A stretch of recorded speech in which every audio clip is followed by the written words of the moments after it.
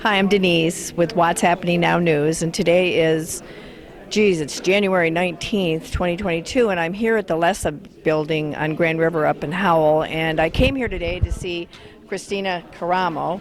She's running for Secretary of State, and I wasn't able to get her on my video because, as an interview, because she was here running late and she had to leave. But I did film a little bit about her. You'll see it after this, and we all have to get out there now, and we have to stand up for truth and justice, and we have to start going to these school board meetings and to these, our government starts with these little townships, and we have to start getting involved. We need to take action. We need to stop just bitching about everything, and we need to get involved. Get involved in some kind of way. You can do canvassing. To check on voters. You can be a poll watcher. There's lots of things we can do. So let's everybody stand up, spread the news, keep telling the truth, what's going on, and we got to fix these elections. We want paper ballots. We don't want all this. Well, you all know what's happened. Why would I step away from a career in education to run for Secretary of State? I really enjoy teaching, and sometimes if you listen to me speak long enough, you can tell that I'm a teacher. I like a lot of detail.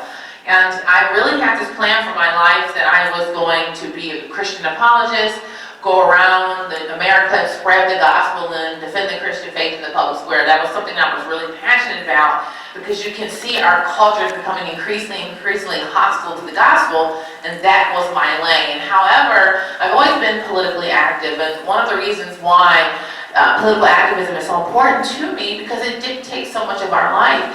I like to point out to people who say, I don't like politics. Well, politics likes you. The fact that you can only turn here from 10 p.m. to 6 a.m. or what have you, that's dictated by a city ordinance. Every aspect of your life is impacted by politics. And so often we complain, and they won't do this, and these people are crooked, and what have you. And this is true most times, but what are we doing about it? Other than complaining. That's a waste of time. So it was very important for me to be politically active. That's why, one of the reasons why I became a precinct delegate. How many people in here are precinct delegates? One, okay. And no judging, but that's something you need to become. Because the precinct delegate is one of the first steps of taking your power back. Being a precinct delegate is the first, I hate to say lowest, because that sounds demeaning, because I'm not trying to demean it. I'm a precinct delegate. But it is one of the first steps of being a representative. You are your voting precinct's ambassador to the Michigan Republican Party. And if it's a Democrat, same concept, because there's precinct delegates in all the major parties. But in context here, as a Republican, I'm an ambassador for my voting precinct to the Michigan Republican Party. I represent their interests. But then likewise, during election season, whatever candidates are running, then I have a responsibility to support those candidates in my voting precinct. So if we have those slots filled, then we can have a lot of power. And it's so important, because oftentimes we complain that the media lies on us and they never tell our story. Well, if we had a lot of these vacant precinct delegate slots filled, then you would be responsible for getting that message out. So there's always between 1 and 5 precinct delegates per voting district, depending upon how many registered voters are in that district. So let's say it's a district that has the max registered voters for that precinct, 2,999 voters. Well, that means between the 5 of you, you all get together and split up some doors and go talk to your neighbors.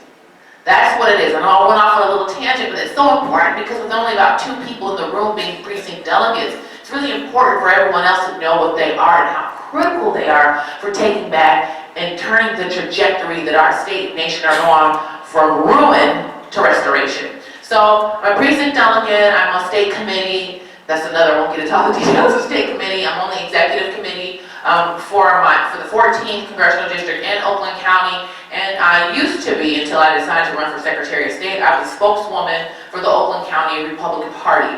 So I would frequently go on this program called Let It Rip. How many people have seen the show? I would go on there and debate. It's like a WWE Raw. 2 Republicans, 2 Democrats, and we're going at it. So this was my lane. And professionally speaking, I really enjoy being a college instructor. However, as mentioned in the introduction, I was at the TCF Center. And that changed things for obvious reasons. You know, we walked into the situation with this mentality that, you know, if there's a lot of us there, that will deter any cheating. Well, that was dependent upon a couple of false premises that we had. One, that cheating will really be conducted at a low level. When we look back at 2020, a lot of the fraud was done at a high level. It was done from the top of the food chain. So many of the individual poll workers, even a lot of clerks, a lot of things that was happening, they weren't aware of. So for example, if you have fraudulent voter registrations and the Secretary of State had registered these voters, then as a clerk, you wouldn't know unless you went and investigated. You wouldn't know. Those aren't things that you naturally go and do, especially if you're from a large city. So nevertheless, also, we saw people doing all kinds of things, like, you know, covering they would duplicate a ballot, they would cover the ballot duplication process with their bodies. I actually witnessed two incidents where illegal ballots were being cast, and those were the types of things that we thought we would just kind of be guarding against. But what happened was that these people were so hostile and so aggressive and so well coordinated, we weren't prepared for that type of coordination. We were just thinking we would have a couple of characters here and there doing something wrong. No, it wasn't like that. So we saw a well-organized process designed to facilitate chaos and corruption. It was absolute chaos. And one of the things that's really interesting is before each shift started, the gentleman overseeing the TCF Center, he would ask for a show of hands. He would ask, how many Republicans? How many Democrats? Now, I'm going to point to you why this is so nefarious, if you will. So, prior to the election, he already knows the answer to that question. He already knows how many Republicans and how many Democrats are there. How do I know he knows this? Well, there's a little something called Michigan election law. And according to Michigan election law, the election commission, whose job it is to appoint these election workers, they have to send a list of names to each Republican Party, Democratic Party chair of all of the election workers. They're technically called election inspectors, but all the election worker appointments, their assignments as far as their precinct assignments, and their political affiliation. And the county party chair has a right to challenge those appointments. So, since the election commission already sends a list of names to the county party chair, of course the guy running the TCF Center knows too. It's public record. We know that in Detroit, there were 5,000 election workers, a little over 5,000, and 170 Republicans. This is how bad it was. So him asking that question before each precinct, we know was an intimidation tactic. That let us know, you better sit down and shut up because we're running this. That let us know exactly what was happening, and it was what happened. So, as I mentioned, one incident, and then other things, we had these nonpartisan groups. It was absolutely chaotic. And when I hear people say, well, we need to move on from 2020, see, what they're presenting us with is a false dichotomy. That somehow either A, we're trying to throw Joe Biden out of office as far as dragging him out, or B, we just move on and forget it ever happened. The reality is this: if we don't get to the bottom of the things that happened in 2020, we know in 22 they're going to happen again. And not just 22, but also the city elections, township elections. When people get away with a crime, why would they stop? So just to give you an indication of something, I don't want to assume people heard my testimony, because after the TCF Center, I submitted a sworn affidavit, I testified before the Senate, I did my due diligence. However, what I am saying, considering that corruption in our election system is a national security threat, we have to ensure that we err on the side of security, not err on the side of people will probably do the right thing. We can't do that. I wouldn't want a city where all Republican poll challengers either. That's not fair, right? The Secretary of State, technically, even though the election is partisan, the office itself is not partisan. I'm fighting for all Michiganders, irrespective of political affiliation. I'm a Republican because I'm a conservative, right? I adhere to the Republican Party platform. That's my belief system. But for the Democrats, I'm not going to sit there and try to put obstructions in the ways to help my people win. That's not the job of the Secretary of State. It's their job to make sure it's fair.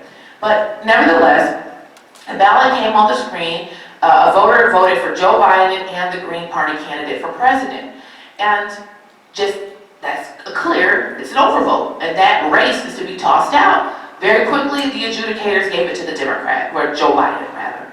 And so, another ballot shortly after, maybe about 10, 15 minutes later or so. Ballot comes on the screen, the voter voted straight party ticket Democrat, straight party ticket Republican, and they filled in the oval completely. And that part is so important, because if I fill in the oval completely, that lets you know I did this on purpose. This wasn't an accident. This wasn't a dot or a dash or a mark. So the ballot comes on the screen, and then the adjudicator, one says to the other, I think I'm going to give it to the Democrats.